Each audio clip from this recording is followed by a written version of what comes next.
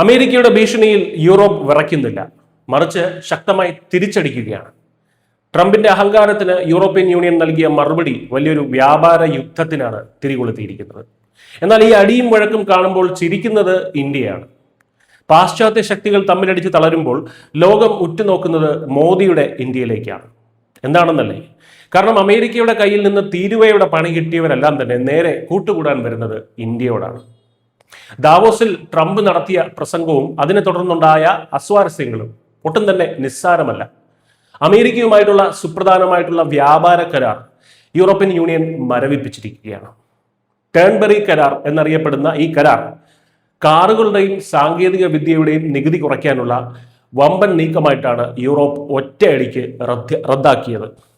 European parliament trade committee തലവൻ ബെർണ്ട് lang ഇത് ഔദ്യോഗികമായി പ്രഖ്യാപിച്ചു കഴിഞ്ഞു. ഗ്രീൻലാൻഡ് വിഷയത്തിലെ ട്രംപിന്റെ ഇടപെടലുകളും തീരുവ ഭീഷണികളും ഒക്കെയാണ് ഇതിന് കാരണം. ഞങ്ങളുടെ പരമാധികാരത്തിൽ തൊട്ട് കളിച്ചാൽ കച്ചവടം നടക്കില്ല എന്ന് യൂറോപ്പ് ട്രംപിനോട് തീർത്തു പറഞ്ഞു കഴിഞ്ഞു. എന്തായിരുന്നു ഈ കരാർ? ഈ ടേൺബെറി കരാർ എന്ന് പറയുന്നത് എന്തായിരുന്നു?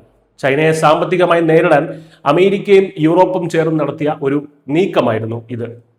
ഒരു നയതന്ത്ര നീക്കം എന്ന് തന്നെ പറയാം. സ്കോട്ട്ലാൻഡിലെ ട്രംപിന്റെ റിസോർട്ടിൽ വെച്ച് രൂപം നൽകിയ ഈ കരാർ കോടിക്കണക്കിന് ഡോളറിന്റെ വ്യാപാരത്തിന് വഴി തുറക്കുമായിരുന്നു. എന്നാൽ ഗ്രീൻലാൻഡ് വാങ്ങാനുള്ള ട്രംപിന്റെ മോഹവും അത് നടക്കാതെ വന്നപ്പോൾ കാട്ടിക്കൂട്ടിയ തീരുവ പരാക്രമങ്ങളും ഒക്കെ തന്നെ കാര്യങ്ങൾ തകിടം മറിച്ചു. ഇതിന് മറുപടിയായി ഫെബ്രുവരി 1 മുതൽ ഫ്രാൻസ്, ജർമ്മനി, ബ്രിട്ടൻ തുടങ്ങിയ പ്രമുഖ യൂറോപ്യൻ രാജ്യങ്ങളിൽ നിന്നുള്ള സാധനങ്ങൾക്ക് ഇറക്കുമതിക്ക് 10% അധിക തീരുവ ചുമത്തുമെന്ന് ട്രംപ് ഭീഷണി മുഴക്കി. വഴങ്ങിയില്ല എന്നുണ്ടെങ്കിൽ അത് 25% ആകുമെന്നും അദ്ദേഹം പറയുന്നു. ചുരുക്കത്തിൽ ഒരു ആഗോള വ്യാപാര യുദ്ധം പടിവാതിൽക്കലെത്തി നിൽക്കുന്നു. ഇവിടെയാണ് ഇന്ത്യയുടെ പ്രസക്തി വർദ്ധിക്കുന്നത്. അമേരിക്കയും യൂറോപ്പും തമ്മിലുള്ള ഈ പോര് മുറുകുമ്പോൾ വിശ്വസിക്കാൻ കൊള്ളാവുന്ന സുസ്ഥിരമായിട്ടുള്ള ഒരേ ഒരു സാമ്പത്തിക ശക്തിയായി ഇന്ത്യ മാറുകയാണ്. ട്രംപിന്റെ ഈ അസ്ഥിരമായിട്ടുള്ള നിലപാടുകൾ ലോകരാജ്യങ്ങളെ മടുപ്പിച്ചു കഴിഞ്ഞു.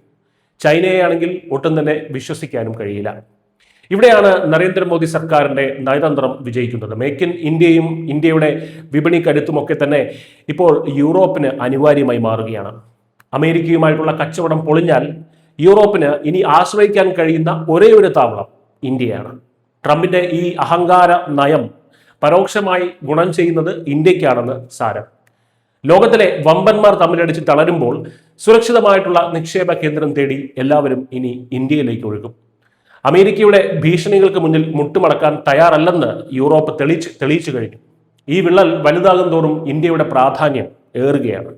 സ്വന്തം താല്പര്യങ്ങൾ സംരക്ഷിക്കാൻ കെൽപ്പുള്ള ശക്തമായിട്ടുള്ള ഒരു സർക്കാർ ദില്ലിയിലുള്ളപ്പോൾ ലോകം ഇന്ത്യയെ തേടി വരും എന്നതിൽ സംശയമില്ല. News desk news India Malayalam.